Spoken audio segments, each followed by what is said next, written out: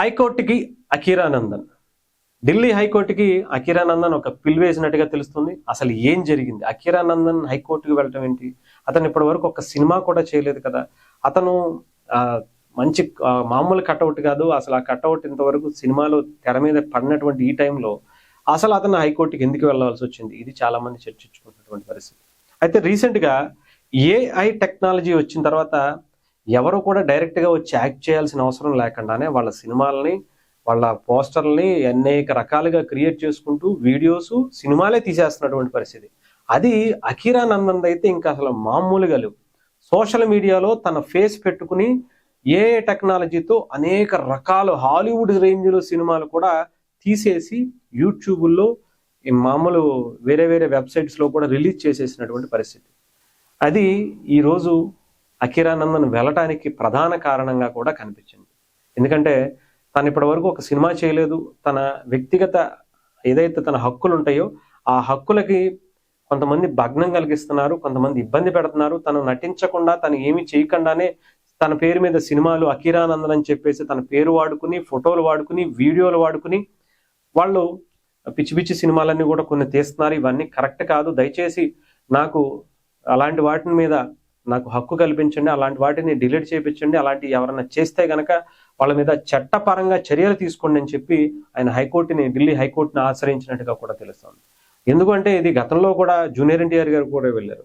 అంతకుముందు చాలా మంది హీరోలు కూడా వెళ్ళారు. ఈవెన్ మన పవన్ కళ్యాణ్ గారు కూడా ఢిల్లీ హైకోర్టును కూడా ఆశ్రయించడం కూడా జరిగింది. అంటే ఇవన్నీ మనం చూసుకుంటే ఈవెన్ ఆయన డెఫినెట్గా ఒక మ్యాసివ్ హీరో అనే చెప్పాలి. ఆయన ఇప్పటి వరకు ఒక సినిమా కూడా చేయకుండానే ఏదో చిన్నప్పుడు చిన్న క్యారెక్టర్ ఏదో మరాఠీలో ఒక సినిమా చేసినట్టున్నారు. బట్ ఇప్పుడైతే హీరోగా ఒక సినిమా కూడా చేయలేదు.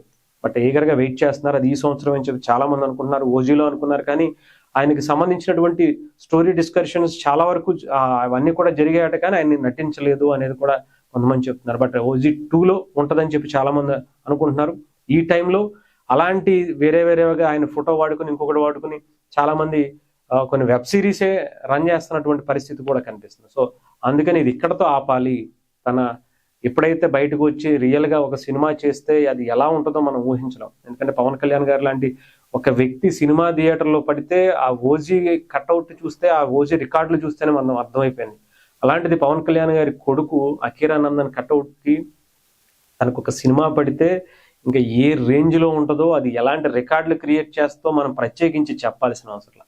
సో అవన్నీ కూడా థియేటర్లోనే చూడాలి. తనకు మంచి సినిమా ఈ సంవత్సరమే పడాలని కోరుకుందాం. అది కూడా పవన్ కళ్యాణ్ గారి ఫ్యాన్స్ అందరి ఆకలి, ఆయన నెక్స్ట్ జనరేషన్గా వచ్చేటువంటి అఖీరానందన్ కొనసాగించు ఆ క్రౌడ్ని, ఆ ఆరాని తన తీసుకువెళ్ళేటువంటి స్టామినా, సత్తా తనకుంది. కాబట్టి డెఫినెట్గా అది మనం తన దగ్గర నుంచి వెయిట్ చేయాలి తప్ప ఇలా గ్రాఫిక్స్లో కాదు, ఇలా ఏలో చేసేటువంటి వీడియోస్లో కాదు. రియల్గా తను బయటకు వచ్చి ఒక సినిమా చేస్తే ఇంకా ఊహించుకోండి ఎలా ఉండబోతుందో, ఎలా ఉంటుందో మనం చెప్పలేం.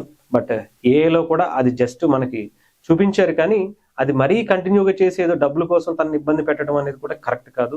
ఈ ఏఐ టెక్నాలజీలో కొంతమంది వేరేగా కూడా చెడుగా కూడా తనకు సంబంధించినటువంటి ఫొటోస్ని, వీడియోస్ని వాడుకోవడం అనేది కూడా జరుగుతుంది. అది అందరికీ కొంచెం ఇబ్బంది కలిగించేటువంటి అంశమే. కొంతమంది సంపాదించుకునేటువంటిది వాళ్ళ మీద చాలా మంది ఉంటారు. మెగా ఫ్యామిలీకి సంబంధించి ఏడుస్తూ ఏదో రకంగా వాళ్ళ మీద ఏదో ఒకటి పుకార్లు పుట్టించు, ఏదో ఒకటి చేసుకుంటూ, ఏదో ఒకటి ఏడుస్తూనే ఆ ఏడుపులోంచే వాళ్ళ కడుపు నింపుకునేటువంటి పరిస్థితి చాలా మంది ఉంటుంది. సో అలాంటి వాళ్ళలో అఖీరానందన్కి సంబంధించినటువంటి వాళ్ళు కూడా తయారైపోయారు అనుకోండి. బట్ ఇలా కాకుండా కొంచెం మంచిగా ఎలాగో తనకంటూ కొంత మంచి ఇండస్ట్రీ ఉంది, డెఫినెట్గా తనకంటూ తన ఇష్టంతో బయటకు వచ్చి సినిమా చేస్తే డెఫినెట్గా ఉంటుంది. అది ఎలా ఉంటుందో మనం ఊహించడం కూడా కష్టమే. సో డెఫినెట్గా అంతవరకు వెయిట్ చేయాలి. అంతేగాని ఇలాంటివి చేస్తే మరి హైకోర్టు ఎలాంటి డెసిషన్ తీసుకుంటుందో. జస్ట్ పిల్ వేయటం అయితే జరిగింది. అటు జూనియర్ ఎన్టీఆర్ గారికి కావచ్చు, గతంలో కొంతమంది హీరోలకి, పవన్ కళ్యాణ్ గారు లాంటి వాళ్ళకి కూడా, ఈవెన్ చిరంజీవి గారు కూడా మన హైదరాబాద్ హైకోర్టుకి కూడా వెళ్ళడం జరిగింది. బట్ ఇలాంటి వాళ్ళందరికీ కూడా కొంచెం ఎగ్జామినేషన్ ఇవ్వాలి అనేటువంటి దాని మీద చర్చ జరుగుతూ ఉంది. అది కోర్టు ఎలా తీసుకుంటుంది, ఎలాంటి డెసిషన్ ఇస్తుంది, ఒకళ్ళు ఇచ్చిన తర్వాత వీళ్ళందరి పరిస్థితి ఏంటి, ఎలా గొక్క పెట్టి ఏడుస్తారు అనేది కూడా మనం వెయిట్ చేయాలి.